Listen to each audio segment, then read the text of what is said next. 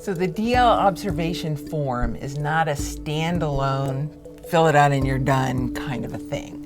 It's designed to be part of a process, part of a conversation between you and your instructor.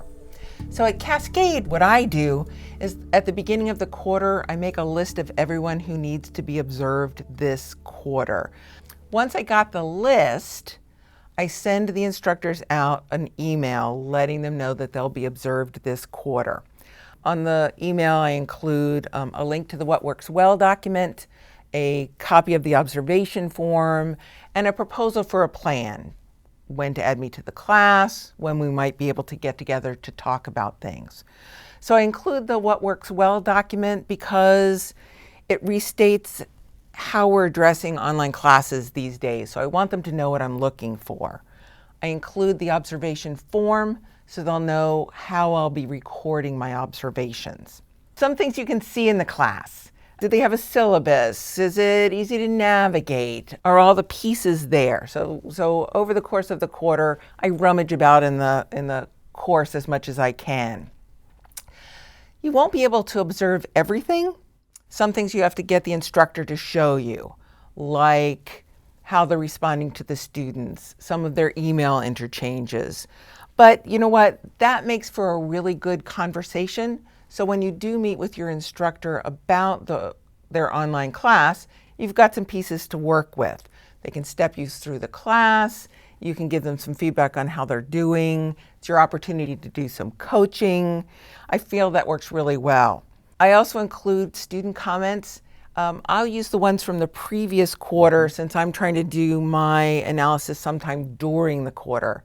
I go for during the quarter just in case something's going awry. Maybe we'll get a chance to fix it before it gets too far. Once we've had our meeting, I'll complete the form, make notes of the instructor's strengths and weaknesses. I'll schedule a follow-up if we need to do that. I'll get the instructor to sign off, and I'll submit that form to HR and to the division office. And I do it a little differently, which is the beauty of PCC, is we can adapt it to our needs. Like you, I figure out who needs to be observed that quarter. I send a similar email.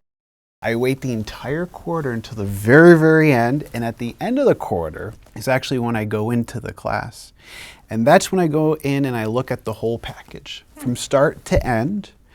I switch roles between instructor and student so I can see the different perspectives. I look at the syllabus for content to make sure it has all the required pieces, but I also look at it from the student's perspective.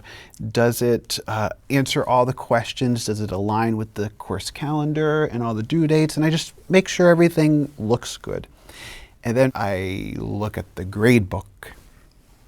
And I look at the gradebook because that provides an opportunity for me to see how the instructor is evaluating students. Are they just automatically grading everything, or are some assignments with some individual personalized feedback? The meeting that the instructor and I have, it's an opportunity to have them show me stuff that I'm not able to observe. And if it's something really creative and insightful, I'm going to ask them to share it not only within the department, but within their SEC as well, because we can all learn from each other. And then it's during that time I'll ask my little questions. How do you do this? Or if I recognize they might not be doing something as often as I wish they would, or as thorough, I might say, hey, I know some people do it in this manner. And then I'll also use that as an opportunity to open up my online classes and show them. That's a good idea. Yeah, to show them how I do it. And it's just a strategy, a consideration for them. And so these are just two different strategies of just two people within this big institution.